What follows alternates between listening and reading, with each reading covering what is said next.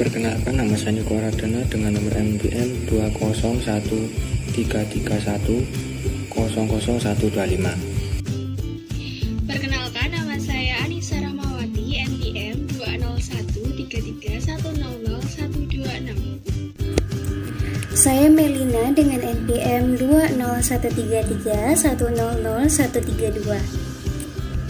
Perkenalkan, nama saya Tarisa Gita, nomor NPM 20133310014.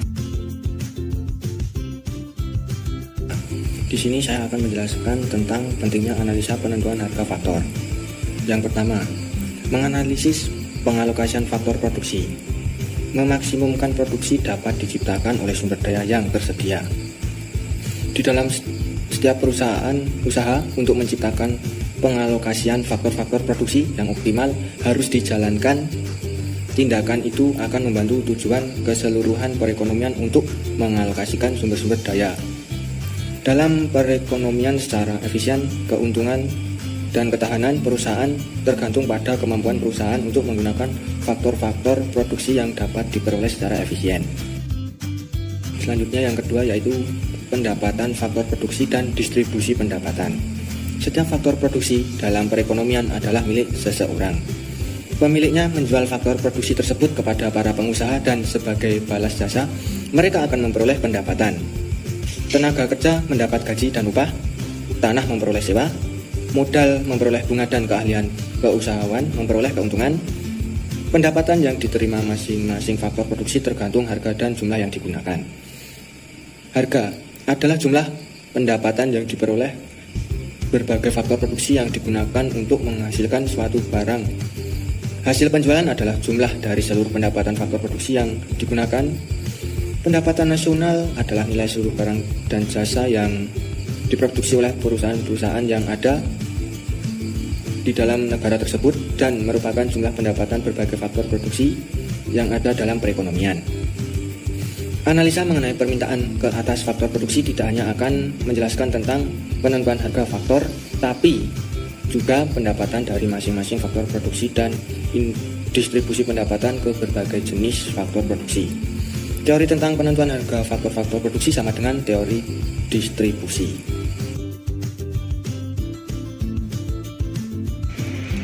Jadi di sini aku akan menjelaskan tentang teori produktivitas marginal. Teori produktivitas marginal merupakan suatu faktor produksi akan menciptakan keuntungan yang paling maksimum apabila ongkos produksi tambahan yang dibayarkan kepada faktor produksi itu sama dengan hasil penjualan tambahan yang diperoleh dari produksi tambahan yang diciptakan oleh faktor produksi tersebut. Yang pertama, menentukan jumlah faktor produksi yang digunakan. Pada tingkat penggunaan faktor produksi tertentu, produsen telah mencapai keuntungan maksimum. Apabila penggunaan faktor produksi terus bertambah, keuntungan akan berkurang, dan apabila jumlah tenaga kerja yang digunakan dikurangi, keuntungan juga akan berkurang. Yang kedua, permintaan atas faktor produksi. Dalam teori ini terlebih dahulu perlu dibuat beberapa permisalan, yaitu A. Perusahaan menjual barang dalam pasar persaingan sempurna. Harga barang tidak berubah walau jumlah yang dijual berbeda.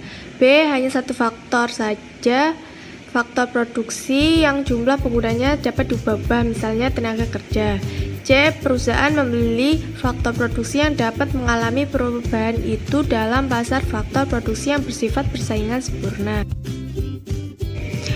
Hubungan di antara banyaknya faktor produksi yang digunakan dengan tambahan hasil penjualan ditunjukkan dalam tabel berikut. Jumlah pekerja atau L 0, 1, 2, sampai 9. Produksi fisik TTP 0, 2, 4, 4, 5, dan seterusnya. Produksi fisik marginal atau MPP bisa dihitung dengan cara selisih produksi fisik dibagi jumlah pekerja. Produksi fisik 0 ke 24 selisihnya 24, jumlah pekerja 0 ke 1 selisihnya 1, jadi 24 dibagi 1 sama dengan 24. Harga barang atau P 5.000. Harga penjualan produksi total yaitu TRP sama dengan TPP kali P, atau produksi fisik dikali harga barang. yaitu 24 kali 5.000 hasilnya 120.000. Hasil penjualan produksi marginal, rumusnya MRP sama dengan MPP kali P, yaitu biaya produksi fisik marginal dikali harga barang. 24 dikali 5.000 hasilnya 120.000, dan seterusnya. 3. Tingkat produksi dan hasil penjualan. Pertambahan produksi dinamakan produksi fisik marginal atau MPP, Marginal Physical Product, menggambarkan bahwa adanya pertambahan produksi yang diwujudkan oleh perubahan satu unit tenaga kerja. Jumlah produksi fisik adalah TTP atau Total Physical Product, dihasilkan dari berbagai jumlah tenaga kerja. Hasil penjualan produksi total adalah Total Revenue Product atau TRP, dihasilkan dari perkalian antara jumlah produksi dengan harga. Hasil penjualan produksi marginal yaitu Marginal Revenue Product atau MRP. Besarnya perubahan hasil penjualan sebagai akibat dari pertambahan produksi yang disebabkan oleh kenaikan satu tenaga kerja yang digunakan. Berdasarkan kepada angka-angka yang terdapat dalam tabel 15.1, di dalam gambar 15.1 ditunjukkan kurva produksi fisik total atau TTP, kurva produksi fisik marginal atau MRP, dan kurva hasil penjualan produksi marginal atau MRP. Dalam grafik TTP ditunjukkan kurva fungsi produksi yang dibuat berdasarkan kepada angka-angka yang terdapat pada kolom 1 dan 2 dari tabel 15.1. Nyata kelihatan bahwa hasil lebih yang semakin berkurang mempengaruhi fungsi produksi. Pengaruhnya tersebut dapat dilihat dari bentuk kurva tersebut yang kenaikannya semakin lama semakin kurang menanjak. Kurva MPP, keadaan ini menggambarkan bahwa penambahan tenaga kerja yang terus-menerus akan menambah produksi, tetapi pertambahan tersebut semakin lama semakin kecil. Rumusan yang baru dinyatakan yaitu hukum hasil lebih yang semakin berkurang mempengaruhi fungsi produksi. Dapat dengan lebih nyata lagi dalam grafik MPP yang menunjukkan bentuk kurva MPP yang menurun. Bentuk kurva MPP yang seperti menggambarkan bahwa tenaga kerja yang ditambahkan atau tenaga kerja yang berikut kemampuan produksinya adalah lebih rendah daripada tenaga kerja yang sebelumnya. Kurva MPP tersebut dibuat berdasarkan angka-angka dalam kolom 3 dari tabel 15.1. Kurva MRP yaitu kurva yang menggambarkan hasil penjualan produksi marginal, ditunjukkan dalam grafik dan dilukiskan berdasarkan 4. Jumlah faktor produksi yang digunakan. Ditinjau dari sudut penggunaan faktor produksi, seorang produsen akan memaksimumkan keuntungan apabila melakukan kegiatan produksi sampai pada tingkat di mana hasil penjualan marginal sama dengan harga faktor atau MRP sama dengan W. W merupakan upah tenaga kerja. Apabila upah yang diberikan untuk satu orang Rp30.000, maka Rp30.000 akan didapatkan dengan keuntungan maksimum 7 orang. Sesuai dengan kurva di sini, untuk garis horizontal itu adalah garis jumlah pekerja dan garis vertikal itu merupakan upah atau MRP. 120 itu garis putus-putusnya nyambung dengan angka 1 jumlah pekerja. Maksudnya 120 akan didapatkan dengan keuntungan maksimum 1 orang. Terus angka 105 garis titik-titiknya nyambung dengan angka 2. 105 akan didapatkan dengan keuntungan maksimum 2 orang atau 2 pekerja. 90 garis titik-titiknya nyambung dengan angka 3. 90 akan didapatkan dengan keuntungan maksimum 3 orang atau 3 pekerja. 75 garis titik-titiknya nyambung dengan angka 4. Maksudnya 75 didapatkan dengan keuntungan maksimum 4 orang pekerja.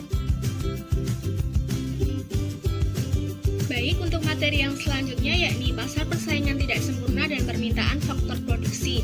Nah, sebelum kita membahas tentang apa sih persaingan tidak sempurna dan permintaan faktor produksi, nah pada bagian yang sebelumnya kan telah dibahas tentang faktor produksi menggunakan beberapa pemisalan. Salah satunya yakni pasar barang adalah berbentuk persaingan sempurna. Nah, pada bagian ini permisalan tersebut akan diganti dengan pasar barang adalah berbentuk pasar persaingan tidak sempurna. Nah, lalu apa sajakah yang akan mempengaruhi perubahan ini kepada permintaan atas faktor produksi dan kepada pengguna tenaga kerja untuk memaksimumkan keuntungan perusahaan? Yang pertama adalah permintaan faktor. Nah, dalam pasar barang yang bersifat persaingan tidak sempurna, harga akan menjadi semakin rendah pada tingkat produksi atau penjualan barang yang semakin tinggi. Harga yang semakin rendah ini menyebabkan hasil penjualan total dan hasil penjualan marginal lebih rendah daripada pasar persaingan sempurna. Seperti yang terdapat pada tabel 15.2 berikut, jumlah produksi dan produksi fisik marginal pada kolom 1, 2, dan 3 sama dengan pada tabel yang sebelumnya, di mana L adalah jumlah pekerja, TPP adalah produk fisik, dan MPP adalah produk fisik marginal. Namun yang membedakan adalah yang terdapat pada kolom 4. Harga barang mengalami perubahan, yakni semakin banyak produksi, semakin murah harga. Pada pasar persaingan tidak sempurna ini, hasil penjualan produksi total dan hasil penjualan produksi marginal pada setiap jumlah tenaga kerja yang digunakan adalah lebih rendah. Inilah yang membedakan pasar persaingan sempurna dan pasar persaingan tidak sempurna. Pada kolom 5 merupakan hasil penjualan produk total yang diperoleh dengan mengalihkan jumlah produksi dengan harga barang. Kolom 6 merupakan nilai MRP, yakni hasil penjualan produksi marginal dihitung dengan TRP-N dikurangi TRP-N-1. Nilai MRP semenjak bekerja di ke-8, hasil penjualan totalnya merosot apabila dibandingkan dengan penjualan yang diperoleh dari tenaga kerja yang sebelumnya. Dengan kata lain, mulai bekerja ke-8, nilai MRP negatif. Untuk menentukan jumlah tenaga kerja yang digunakan, dimisalkan bahwa upah tenaga kerja adalah tetap 30.000. Angka MRP dalam tabel menunjukkan apabila 5 tenaga kerja digunakan, maka MRP 34.800, sedangkan upah 30.000. Nah, berarti masih menguntungkan apabila menggunakan 5 tenaga kerja. Berbeda dengan menggunakan 6 tenaga kerja, besarnya MRP 18.000. Berarti hasil penjualan marginal kurang dari upah, sehingga saat ini untuk memaksimumkan keuntungan hanya perlu menggunakan 5 tenaga kerja. Grafik dalam gambar berikut dibuat perbandingan dengan penentuan penggunaan tenaga kerja pada pasar persaingan sempurna dan pada pasar persaingan tidak sempurna. Kurva MRP 1D1 adalah kurva hasil penjualan produksi marginal, keadaan di mana dimisalkan pasar barang adalah persaingan sempurna. Kurva MRP 2D2 adalah hasil penjualan produksi marginal, pasar barang persaingan tidak sempurna. Kurva hasil penjualan produksi marginal, pasar persaingan tidak sempurna akan selalu terletak di sebelah kiri dari kurva hasil penjualan produksi marginal pada pasar persaingan sempurna. Hal ini disebabkan karena pada tingkat penggunaan tenaga kerja yang lebih tinggi, harga barang menjadi lebih murah. Maka, pada setiap tingkat penggunaan tenaga kerja, tambahan hasil penjualan dalam persaingan tidak sempurna adalah lebih rendah. Di dalam grafik dimisalkan upah pekerja tetap W sama dengan 30.000. Dalam pasar barang persaingan sempurna, W sama dengan MRP. Dicapai titik E0 menunjukkan sebanyak 7 pekerja yang akan digunakan. Akan tetapi, apabila pada pasar persaingan bersifat tidak sempurna, W sama dengan MRP dicapai pada E1 yang berarti 5 pekerja yang akan digunakan oleh perusahaan tersebut. Materi yang selanjutnya adalah sifat permintaan terhadap faktor produksi. Yang pertama adalah permintaan terkait. Permintaan seseorang pengusaha atas faktor-faktor produksi mempunyai sifat yang berbeda-beda. Permintaan tersebut dipengaruhi oleh keinginan pengusaha untuk menghasilkan barang yang akan dijualnya ke pasar untuk memenuhi kebutuhan konsumen. Kegiatan pengusaha untuk memproduksi barang bertujuan untuk memperoleh keuntungan. Selama pertambahan penggunaan suatu faktor produksi akan menambah keuntungan, maka lebih banyak faktor produksi yang akan digunakan. Oleh karena itu, permintaan pengusaha atas sesuatu faktor produksi ditentukan oleh kemampuan faktor produksi tersebut untuk menghasilkan barang yang dapat dijual pengusaha dengan menguntungkan. Permintaan tersebut yang dinamakan dengan permintaan terkait atau derivative demand. Yang kedua adalah bentuk kurva permintaan faktor. Seperti yang sudah dijelaskan pada materi sebelumnya bahwa kurva permintaan atas faktor produksi menurun dari kiri atas ke kanan bawah. Kurva yang menurun ini disebabkan oleh 3 faktor. Yang pertama adalah perubahan harga faktor ke atas permintaan barang. Harga faktor yang lebih tinggi akan menaikkan harga barang yang dihasilkannya, maka harga barang akan naik dan permintaannya berkurang, yang selanjutnya menimbulkan pengurangan ke atas permintaan faktor produksi. Yang kedua adalah efek pengganti. Perubahan harga akan menimbulkan penggantian dari faktor produksi. Dan yang ketiga adalah hukum hasil lebih yang semakin berkurang, yaitu suatu konsep produksi di mana dilakukan penambahan satu faktor produksi, mula-mula jumlah produksi akan meningkat. Namun jika secara terus-menerus akan ditambah, maka jumlah produksi tersebut akan terus menurun. Materi yang selanjutnya adalah pergeseran kurva permintaan faktor produksi. Terdapat beberapa faktor yang dapat menggeser kurva permintaan produsen terhadap faktor-faktor produksi. Yang pertama adalah perubahan permintaan terhadap barang yang diproduksi. Kenaikan permintaan sesuatu barang mendorong pengusaha untuk menaikkan produksi, dan kenaikan produksi memerlukan lebih banyak faktor-faktor produksi. Sebaliknya, apabila permintaan sesuatu barang berkurang, maka pengusaha terpaksa mengurangi produksi. Yang kedua adalah perubahan harga dari faktor produksi lain yang digunakan. Kenaikan produktivitas suatu barang menyebabkan faktor produksi itu lebih banyak digunakan dan mengurangi penggunaan atas faktor produksi yang diproduktifnya tidak mengalami perubahan.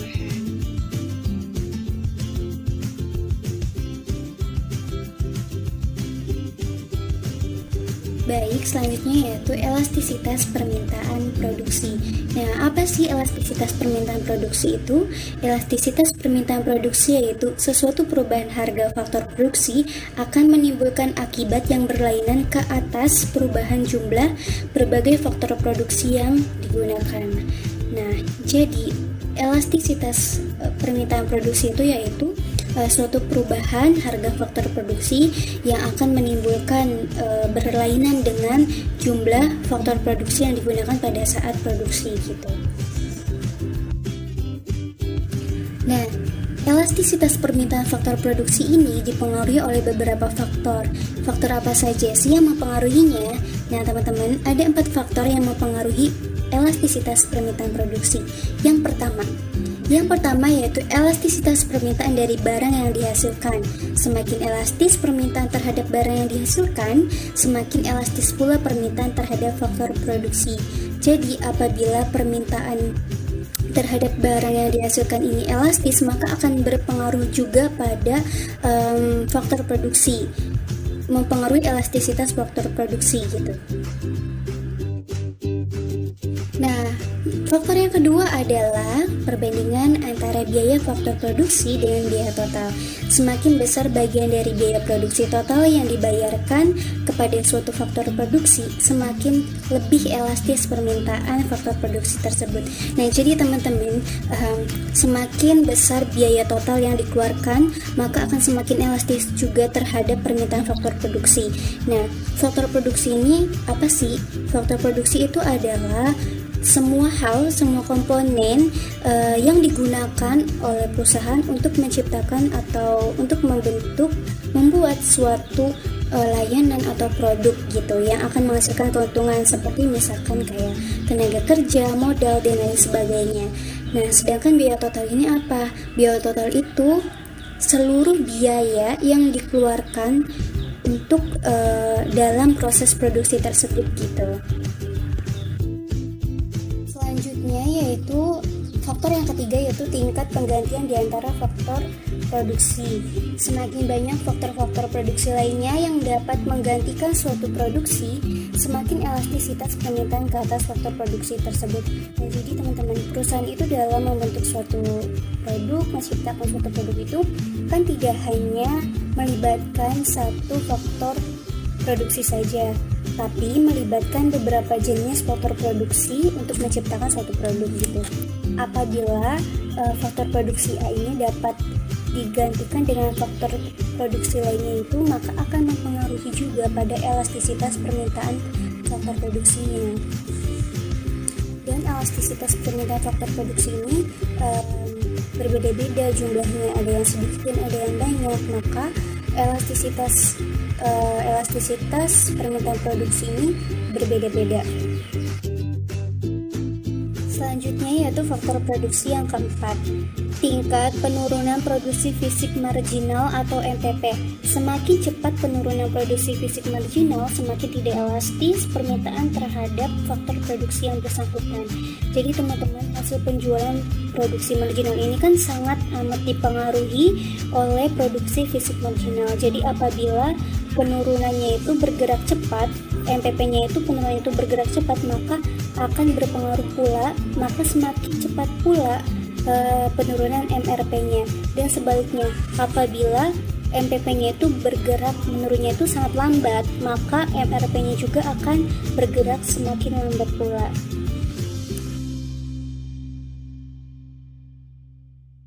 Kemudian pembahasan yang terakhir yaitu mengenai syarat-syarat penggunaan optimum faktor-faktor produksi. Gabungan faktor produksi yang meminimumkan biaya itu tergolong menjadi dua keadaan. Harga tenaga kerja dan modalnya adalah sama. Yang kedua yaitu harga tenaga kerja dan modalnya itu tidak sama. Lalu bagaimanakah syarat untuk harga faktor produksi yang sama? Apabila MPPC lebih besar daripada MPPL, maka yang harus digunakan lebih banyak untuk meminimumkan biayanya itu merupakan modalnya. MPPC itu apa sih? MPPC itu merupakan produksi fisik marginal modal, sedangkan MPPL ini adalah produksi fisik marginal tenaga kerja. Yang kedua yaitu apabila MPPL ini lebih besar daripada MPPC, maka untuk meminimumkan biayanya itu lebih banyak tenaga kerja yang harus digunakan. Lalu bagaimanakah jika kasus harga faktor produksinya itu berbeda? Yaitu MPPC per PC harus sama dengan MPPL per PC. Saya akan menjelaskan contoh studi kasus dalam permintaan terhadap faktor-faktor produksi. Dalam hal ini, kami mengambil sebuah jurnal yang menganalisis tentang faktor-faktor yang dapat mempengaruhi permintaan daging ayam broiler di Provinsi Bali. Jurnal ini berisi tentang sebuah pengamatan produksi daging ayam yang mengalami perbedaan di setiap tahunnya dikarenakan oleh berbagai faktor seperti disebabkan oleh penyakit dan gangguan cuaca. Tak hanya itu, bisa juga dikarenakan oleh harga jual daging ayam yang merugi karena dalam setahun terakhir jatuh ke harga yang lebih rendah daripada harga acuan pembelian di peternak. Tentunya situasi ini memaksa sebagian peternak yang bermodal kecil mengurangi populasi atau menutup usahanya karena terus merugi. Di samping itu, bila usaha ini semakin merugi, tentunya akan berdampak pada upah tenaga kerja yang bekerja pada usaha tersebut. Pertumbuhan ekonomi yang cepat dan perubahan struktural biasanya sangat besar untuk mempengaruhi permintaan bahan makanan pokok.